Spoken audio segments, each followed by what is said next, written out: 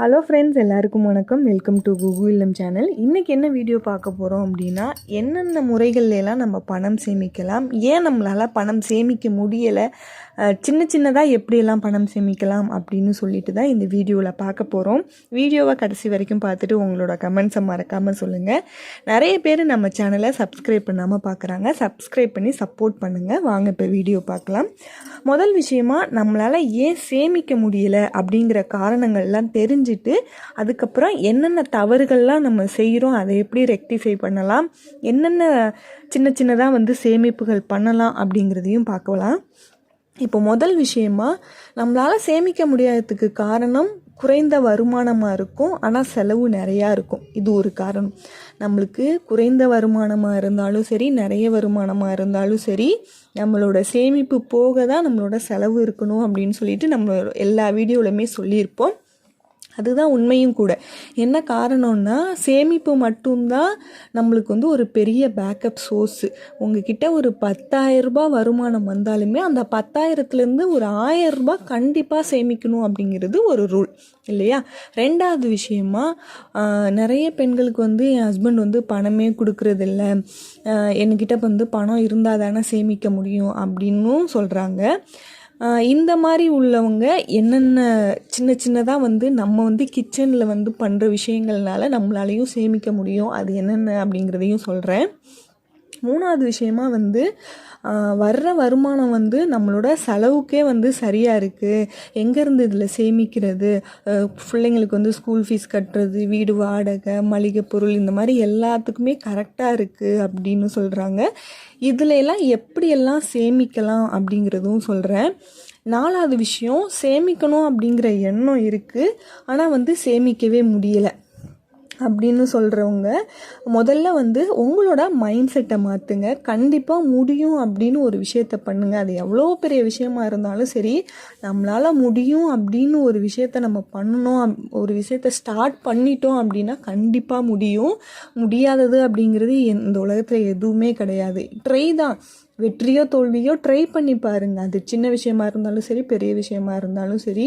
சேமிப்பில் எப்போதுமே சின்ன சின்னதாக ஸ்டார்ட் பண்ணால் தான் நம்மளால் பெரிய லெவலில் நிறைய சேமிக்க முடியும். சிறு துளி தான் பெரு வெள்ளமாக மாறும். நம்ம பண்ணுற ஒரு சில தவறுகளால் தான் நம்மளால் சேமிக்க முடியலை. அதை திருத்திக்கிட்டாலே நம்மளால் கண்டிப்பாக சேமிக்க முடியும். இப்போது என்ன காரணங்களால் நம்மளால் சேமிக்க முடியலை அப்படிங்கிறதையும் சொல்கிறேன். நம்மக்கிட்ட ஃப்யூச்சர் பிளான் பற்றி எதுவுமே இல்லை, எந்த கோலுமே இல்லை அப்படின்னாலும் நம்மளால் சேமிக்க முடியாது. ரெண்டாவது விஷயம், ஆடம்பரத்துக்காகவும் அடுத்தவங்களுக்காகவும் எந்த பொருளும் வாங்கக்கூடாது. நமக்கு உண்மையிலேயே அந்த பொருள் தேவையா, நம்மளுக்கு அது வாங்கினா யூஸ்ஃபுல்லாக இருக்குமா அப்படிங்கிறது எல்லாத்தையுமே பார்த்துட்டு தான் எந்த ஒரு பொருளாக இருந்தாலும் வாங்கணும். அது சின்ன பொருளோ பெரிய பொருளோ. நான் நிறைய வீடியோவில் சொல்லியிருப்பேன், ஒரு பொருள் வாங்குறதுக்கு முன்னாடி 1 மந்த் கேப் விடுங்க. அந்த 1 மந்தில் உங்களுக்கு தெரிய வரும் அந்த பொருள் உண்மையாகவே தேவையா தேவையில்லையா அப்படின்னு சொல்லிட்டு. உதாரணத்துக்கு, ஒரு சின்னதாக ஏதோ ஒரு இண்டக்ஷன் ஸ்டவ் வாங்குறீங்க, இல்லை வேறு ஏதோ ஒரு பொருள் வாங்குறீங்க அப்படின்னா, அது உண்மையிலேயே நமக்கு வாங்கினா யூஸ்ஃபுல்லாக இருக்குமா, இல்லை வாங்கி 2 நாள் யூஸ் பண்ணிவிட்டு திரும்ப மூலையில் வச்சுருவோமா அப்படின்னு பாருங்கள். நிறைய பேர் பண்ணுற தவறு இதுதான். ஆசைப்பட்டு வாங்குவாங்க, ஆனால் ஒரு வாரம் யூஸ் பண்ணுவாங்க, அதுக்கப்புறமா யூஸ் பண்ண மாட்டாங்க. ஈவன் நானுமே இந்த தவறெல்லாம் பண்ணியிருக்கேன். இப்போ கொஞ்சம் கொஞ்சமாக அந்த தவறெல்லாம் பண்ணுறதில்லை. ஏன்னா ஒரு பொருள் வாங்குறதுக்கு முன்னாடி 1க்கு 10 டைம் கண்டிப்பாக யோசிக்கணும். நம்மளோட காசு, நம்ம செலவு பண்ணுறோம், அந்த செலவு பண்ணுற காசு யூஸ்ஃபுல்லாக இருக்கணும். அதை வாங்கிட்டு ஒரு மூலையில் வச்சிட்டோம் அப்படின்னா அது நம்மளோட காசு தான். சேமிப்பாக இருந்துச்சுன்னா அது இன்னும் மேலும் மேலும் அதிகரிக்கும். ஆனால் ஒரு பொருளாக வாங்கிட்டோம் அப்படின்னா அது நிலையா அப்படியே தான் இருக்கும். அதனால் ஒரு பொருள் வாங்குறதுக்கு முன்னாடி நல்லா யோசிங்க. மூணாவது விஷயமா, பிளான் இல்லாமல் நம்ம ஃபேமிலியை ரன் பண்ணுறது. ஒவ்வொரு மாதமும் பட்ஜெட் போடுங்க, பிளான் பண்ணுங்கள். இந்த மாதம் என்ன பண்ணலாம், இந்த மாதம் சேமிப்பு எப்படி இன்னும் அதிகப்படுத்தலாம், இந்த மாதம் நம்மளுக்கு வேறு ஏதாவது எக்ஸ்ட்ரா செலவு இருக்கா, இந்த மாதிரி ஒரு பிளானிங் மாதம் ஃபஸ்ட்டுலேயே போட்டுருங்க. என்ன பிளான் அப்படின்னு சொல்லிட்டு. எப்படி பட்ஜெட் போடுறீங்களோ அதே மாதிரி நம்ம வர்ற வருமானத்துக்கு பட்ஜெட் ப்ளஸ் ஒரு பிளான் இருக்கணும். இதெல்லாம் நம்ம பண்ணணும் இந்த மாதம் அப்படின்னு சொல்லிட்டு. அதில் உங்களோட சேமிப்பை எவ்வளோ அதிகப்படுத்த முடியும், வேறு ஏதாவது சேமிப்பு பண்ண முடியுமா அப்படிங்கிறது எல்லாமே நம்மளோட பிளானிங்கில் தான் இருக்குது. இதெல்லாம் செஞ்சாலே வந்து நம்மளோட சேமிப்பு வந்து அதிகப்படுத்த முடியும். வீட்டில் இருக்க பெண்களால் கண்டிப்பாக வந்து சேமிக்க முடியும். பணம் கொடுக்குறாங்களோ கொடுக்கலையோ நம்ம பண்ணுற ஒரு சில விஷயங்களால் நம்மளால் கண்டிப்பாக சேமிக்க முடியும். அதில் முதல் விஷயமா வந்து மளிகை பொருளில் வந்து சேமிக்கிறது. மளிகை பொருளெல்லாம் எப்படி சேமிக்க முடியும் அப்படின்னு நிறைய பேர் வந்து கேட்பீங்க. பெண்கள் நம்ம மளிகை பொருள் வாங்கும்போது நமக்கு தெரியும் எந்த பொருள் நமக்கு யூஸ் ஆகும், எந்த பொருள் எப்படி வாங்கினா வந்து நமக்கு வந்து பெனிஃபிட்டு லாபம் அப்படிங்கிறது நமக்கு கண்டிப்பாக தெரியும். அதனால் ஒவ்வொரு பொருளும் எப்படி வாங்கணும் அப்படிங்கிறத ஃபஸ்ட்டு தெரிஞ்சுக்கோங்க. உதாரணத்துக்கு ஒரு ஷாம்பு பாட்டில் வாங்குறதுக்கும் ஷேஷே வாங்குறதுக்கும் நிறைய டிஃப்ரென்ஸ் இருக்குது. 65 ரூபா 85 ரூபா 100 ரூபா கொடுத்து ஒரு ஷாம்பு பாட்டில் வாங்குறதுக்கும் 30-40 ரூபா கொடுத்து ஷாம்பு பேக்கெட்டாக வந்து ஒரு 10 ஷாம்பு வாங்குறதுக்கும் நிறைய டிஃப்ரென்ஸ் இருக்குது. அதுலேயே நம்மளால் வந்து ஒரு 30 ரூபா வரைக்கும் சேமிக்க முடியும். இதே வந்து ஒரு கோதுமை மாவு வாங்குறீங்க அப்படின்னா ஒரு கிலோ பேக்கெட் வாங்குறீங்கன்னா 2.5 கிலோவாக வாங்காமல் 1 கிலோவா இல்லை 3 கிலோவா சேர்த்து நம்மளுக்கு அதிகமாக யூஸ் இருந்துச்சு அப்படின்னா 3 கிலோவாக வாங்கும்போது நம்மளுக்கு கொஞ்சம் அதில் காசு சேமிக்க முடியும். அடுத்ததாக ஒரு பொருள் வந்து ஷேஷேலை வாங்குறதுக்கும் பாட்டிலில் வாங்குறதுக்கும் நல்லாவே ப்ரைஸ் டிஃப்ரென்ஸ் இருக்கும். நீங்கள் பார்த்தாலே தெரியும். துணி வாஷ் பண்ணுற லிக்யூடாக இருக்கட்டும், நெய்யாக இருக்கட்டும், எண்ணெயாக இருக்கட்டும், பாட்டிலுக்கும் ஷேஷேக்கும் கண்டிப்பாக ஒரு 10 ரூபானாலும் வேரியேஷன் இருக்கும். அதனால் பாட்டில் வாங்கினா நமக்கு யூஸா இல்லை ஷேஷேல வாங்கினா நமக்கு வந்து யூஸ்ஃபுல்லாக இருக்குமா அப்படிங்கிறத பார்த்துட்டு வாங்கினாலே நம்மளால் மளிகை பொருளை கண்டிப்பாக சேமிக்க முடியும். இது வரைக்கும் இந்த மாதிரிலாம் டிப்ஸ் வந்து நீங்கள் ட்ரை பண்ணது இல்லைன்னா ட்ரை பண்ணி பாருங்கள். ரெண்டாவது விஷயமா ஆன்லைன் புக்கிங், ஆன்லைன் ஷாப்பிங். ஒரு பொருளை வந்து ஆன்லைனில் வாங்குறதுக்கும் டைரெக்டாக கடையில் போய் வாங்குறதுக்கும் நிறைய டிஃப்ரென்ஸ் இருக்குது. உதாரணத்துக்கு ஒரு பொருளை நம்ம கடையில் போய் வாங்கும்போது அந்த பொருளோட தரம் எப்படி இருக்குது, ப்ரைஸ் எவ்வளோ வேரி ஆகுது ஆன்லைனுக்கும் கடையிலையும் அப்படிங்கிறது நல்லாவே நம்மளுக்கு தெரியும். அதனால் ஒரு பொருள் வாங்குறதுக்கு முன்னாடி அது ஆன்லைனில் வாங்கலாமா கடையில் வாங்கலாமா, எங்கே விலை குறைவாக இருக்குது, எது குவாலிட்டியாக இருக்குது அப்படிங்கிறதெல்லாம் செக் பண்ணுங்கள். அடுத்தது ஆன்லைன் புக்கிங். இப்போது வந்து நீங்கள் மாதத்துக்கோ இல்லை 2 மாதத்துக்கு ஒரு தடவை எல்லாம் வந்து சினிமாக்கெல்லாம் போகிறீங்க அப்படின்னா ஆன்லைனில் புக் பண்ணுறதுக்கும் டைரெக்டாக நம்ம போய் டிக்கெட் எடுத்து போகிறதுக்கும் 100 ரூபா வரைக்கும் நம்மளுக்கு கிட்டத்தட்ட வந்து அமௌண்ட் வந்து சேவ் பண்ண முடியும். இந்த மாதிரி சின்ன சின்ன விஷயங்கள்லாம் பண்ணும்போது தான் நம்மளால் சேமிப்பை வந்து அதிகப்படுத்தவும் முடியும், சேமிக்கவும் முடியும். மூணாவதாக இபி பில். இபி பில்லாம் எப்படி வந்து என்னால் வந்து சேமிக்க முடியும் அப்படின்னா முடியும். அன்வான்டாக வந்து லைட் எரியுறது, ஃபேன் வந்து ஆள் இல்லாத இடங்களில் ஓடுறது, அதே போல் நீங்கள் வந்து ஒரு சார்ஜர் போட்டிருக்கீங்க அதை ஆஃப் பண்ணாமல் ஜஸ்ட்டு வந்து மொபைல் சார்ஜர் போட்டிருக்கீங்கன்னா ஆஃப் பண்ணாமல் மொபைலை மட்டும் எடுத்திங்கன்னா அதுவுமே பவர் கன்சம்ஷன் ஆகும். அதனால் வந்து இந்த மாதிரி சின்ன சின்ன விஷயங்கள்லாம் நோட்டீஸ் பண்ணுங்களேன், அதிலிருந்தும் உங்களால் சேமிக்க முடியும். 4வது விஷயமா வந்து ரீயூஸ் பண்ணுறது.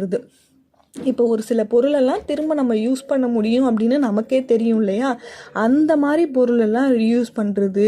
இப்போ பிளாஸ்டிக் பாட்டில்லாம் எல்லாம் சேர்த்து வச்சு வந்து அதை வந்து எடைக்கி போடுறது. அதுலெல்லாம் வந்து நம்மளுக்கு ஒரு சின்னதாக வந்து ஒரு அமௌண்ட் கிடைக்கும், 20 ரூபா 30 ரூபா. நியூஸ் பேப்பர் வந்து எடைக்கி போடுறது, நியூஸ் பேப்பர் வாங்குறவங்களா இருந்தால் அதை வந்து சேர்த்து வச்சு எடைக்கி போடுறது. இந்த மாதிரி சின்ன சின்ன விஷயங்கள்லாம் பண்ணுங்களேன். இது வரைக்கும் வந்து ட்ரை பண்ணலைன்னா ட்ரை பண்ணி பாருங்கள். இதுலேருந்தும் ஒரு சின்னதாக ஒரு அமௌண்ட்டு சேமிக்க முடியும். ஒரு 20 ரூபா சேமித்தாலும் அதுவுமே நம்மளோட சேமிப்பு தான். இந்த மாதிரி ஒரு சில விஷயங்கள்லாம் வந்து நம்ம வந்து பெண்களால் வந்து செய்ய முடியும். எப்போதுமே வந்து நம்ம பண்ணுற சின்ன சின்ன விஷயங்கள் தான் வந்து ஒரு பெரிய விஷயத்தை கொண்டுட்டு வரும். அதாவது சின்னதாக வந்து நம்ம ஒரு சேமிப்பை ஸ்டார்ட் பண்ணும்போது அது ஒரு பெரிய சேமிப்பாக மாறும் இல்லையா, அந்த மாதிரி தான் நம்ம சின்னதாக கிச்சன்லேருந்து ஸ்டார்ட் பண்ணுங்க. உங்களோட சேமிப்பை நிறைய சேமிக்க முடியும். ஃபஸ்ட்டு பாசிட்டிவ் மைண்ட் செட் வச்சுக்கோங்க, உங்களாலையும் சேமிக்க முடியும் அப்படின்னு கண்டிப்பாக ட்ரை பண்ணி பாருங்கள். அடுத்தது 10 விதமான புத்திசாலித்தனமான சேமிப்புகள் என்னென்ன அப்படிங்கிறது தான் பார்க்க போகிறோம். முதல் விஷயமா சில்லறை காசு சேமிப்பு. 1 ரூபா 2 ரூபா தானே அப்படின்னு சொல்லிட்டு விட்டுடாமல் அந்த 1 ரூபா 2 ரூபாயை கூட தனியாக வந்து உண்டியலே வாங்கலைனாலும் சின்னதாக வந்து ஒரு டப்பாவில் போட்டு சேமிக்க ஆரம்பிங்க. ஒரு மாதத்தில் நீங்கள் இந்த மாதிரி சின்னதாக அங்கேக்கெங்கே வைக்காமல் அதை வந்து ஒரு டப்பாவில் போட்டு சேமிக்கும்போது அது சில்லறையாக ஒரு 100 ரூபா இருக்கட்டுமே, அந்த 100 ரூபாயும் உங்களோட சேமிப்பு தான், சில்லறை காசு சேமிப்புன்னு. இது வந்து நீங்கள் ட்ரை பண்ணுங்கள், இது வரைக்கும் வந்து ட்ரை பண்ணலைன்னா. ஏன்னா அந்த சில்லறையாக சேமிக்கும் போது நமக்கு வந்து நல்லாவே வந்து ஒரு கான்ஃபிடென்ட் வரும். அது விஷயமா வந்து டெய்லி வந்து ஒரு டார்கெட் ஃபிக்ஸ் பண்ணிக்கோங்க சேமிக்கிறதுக்கு. 5 ரூபா இருக்கட்டும், 2 ரூபா இருக்கட்டும், 10 ரூபா, 20 ரூபான்னு சின்னதாக உங்களால் எவ்வளவு முடியுமோ அதை வந்து ஸ்டார்ட் பண்ணுங்கள். இப்போ ஒரு நாளைக்கு 20 ரூபா போட்டுட்டு அடுத்த நாள் முடியலை அப்படின்னு விட்டுறாமல் ஆவரேஜாக ஒரு நாளைக்கு வந்து செட் பண்ணிக்கோங்க. 2 ரூபா முடியும் அப்படின்னா தாராளமாக 2 ரூபா வந்து ஸ்டார்ட் பண்ணுங்கள். 3வது சேமிப்பாக நகைசீட்டு. இது கம்பல்சரி வந்து இந்த நகைசீட்டு சேமிப்பு பண்ணுங்கள். ஒவ்வொரு மாதமும் 500 ரூபாயில் ஸ்டார்ட் பண்ணுங்கள். ஒரு 11 மாதத்தில் 1 கிராம் எடுக்க முடிஞ்சாலும் ஓகே தான். ஏன்னா வந்து சின்னதாக ஸ்டார்ட் பண்ணி இந்த வருஷம் 1 கிராம் எடுங்க, அடுத்த வருஷம் 2 கிராமாக எடுங்க, 1 பவுனாக எடுங்க. இந்த மாதிரி சின்னதாக ஸ்டார்ட் பண்ணும்போது தான் சேமிப்பு வந்து அதிகமாகும். 4வதாக வந்து ஆர்டி. இது நான் மினிமமாக 200 ரூபா சொல்லியிருக்கேன். உங்களால் எவ்வளவு முடியுமோ அந்த அமௌண்ட் இது பண்ணுங்கள். ஆனால் கம்பல்சரி 200 ரூபா ஒவ்வொரு மாதமும் ஆர்டி வந்து சேமிக்கிறதுக்கு ட்ரை பண்ணுங்கள். 5வதாக வந்து புது நோட்டு சேமிக்கிறது. இந்த புது நோட்டு வந்து 10 ரூபாயாக இருக்கட்டும், 20 ரூபா, 50 ரூபான்னு உங்களுக்கு எவ்வளவு முடியுமோ அந்த அமௌண்ட்டை வந்து ஃபிக்ஸ் பண்ணிக்கோங்க. அந்த புது நோட்டு கிடைக்கும் போதெல்லாம் சேமிக்க ஸ்டார்ட் பண்ணுங்கள். 6வதாக வந்து ஒவ்வொரு செலவுலேயும் வந்து ஒரு தொகை வந்து சேமிக்கிறது. இப்போ பெருசாக ஏதாவது ஒரு செலவு பண்ணுறீங்க, ஒரு மளிகை பொருளே வாங்கும்போது 1000 ரூபாய்க்கு வாங்குறீங்க அப்படின்னா 50 ரூபாய் அதிலிருந்து வந்து சேமிக்கிறதுக்கு ட்ரை பண்ணுங்கள். 7வதாக வந்து முதல் சேமிப்பு. ஒவ்வொரு மாதமும் நம்மளுக்கு சம்பளம் வரும்போது, இல்லை வாரம் வருது, இல்லை டெய்லி வருது அப்படின்னாலும் ஒவ்வொரு மாதமும் மாதம் முதல்லையே வந்து ஒரு அமௌண்ட்டு, ஒரு 500 ரூபாவோ இல்லை ஒரு 200 ரூபாயோன்னு முதல் சேமிப்புன்னு ஃபிக்ஸ் பண்ணிக்கோங்க. அதை வந்து எடுத்து வச்சு ஒவ்வொரு மாதமும் வந்து சேமிக்க ட்ரை பண்ணுங்கள். 8வதாக வந்து உண்டியல் சேமிப்பு. ஆல்ரெடி வந்து சில்லறை காசு சேமிப்பு சொல்லியிருந்தேன். அது போக இந்த உண்டியல் சேமிப்பையும் வந்து பழக்கப்படுத்திக்கோங்க. ஏதோ ஒரு டார்கெட் மாதிரி ஃபிக்ஸ் பண்ணிக்கோங்க. வருஷத்துக்கு இவ்வளவு சேமிக்கணும், இல்லை 6 மாதத்துக்கு இவ்வளவு சேமிக்கணும்னு வந்து ஒரு உண்டியல் சேமிப்புக்கு வந்து டார்கெட் ஃபிக்ஸ் பண்ணி அதை வந்து நீங்கள் சேமிக்க ஸ்டார்ட் பண்ணுங்கள். 9வதாக வந்து குலுக்கல் சீட்டு. இந்த குலுக்கல் சீட்டு வந்து நிறைய இடங்களில் வந்து பொங்கல் சீட்டு, தீபாவளி சீட்டு அப்படின்ட்டுருக்கு. இது பெண்களாக சேர்ந்து நடத்துகிற சீட்டு மாதிரி. இந்த மாதிரிலாம் இருந்துச்சுன்னா மினிமம் அமௌண்ட்டாக 250 ரூபாய், 500 ரூபாயிலே வந்து இந்த குலுக்கல் சீட்டெல்லாம் இருக்குது. இந்த மாதிரியும் சேமித்தோம் அப்படின்னா நம்மளால் சேமிக்க முடியும். சின்னதாக ஒவ்வொரு விஷயத்துலையும் சேமிக்கும் போது தான் நம்மளோட சேமிப்பு வந்து அதிகமாகும். 10வதாக வந்து நகை சேமிப்பு. இது வந்து இந்த டிஜிகோல்டில் வந்து 100 ரூபாய், 200 ரூபாயிலேருந்தே நம்மளால் வந்து சேமிக்க முடியும். நகை சேமிக்கணும் அப்படின்னு ஆசைப்படுறவங்க இந்த சேமிப்பு, நகை சீட்டு சேமிப்பெல்லாம் கம்பல்சரி ஆக்கிக்கோங்க. இந்த மாதிரி கொஞ்சமாக சேமித்தா மட்டும்தான் பெண்கள் நம்மளால் நிறைய சேமிக்க முடியும். ட்ரை பண்ணி பாருங்கள். இதில் எந்தெந்த சேமிப்பெல்லாம் நீங்கள் பண்ணுறீங்க அப்படின்னு சொல்லிட்டு கமெண்ட்ஸ் சொல்லுங்கள். இது வரைக்கும் வீடியோவை பொறுமையாக பார்த்ததுக்கு ரொம்ப நன்றி ஃப்ரெண்ட்ஸ். வீடியோ பிடிச்சிருந்துச்சுன்னா லைக் பண்ணி, ஷேர் பண்ணி, கமெண்ட் பண்ணுங்கள். Thank you friends.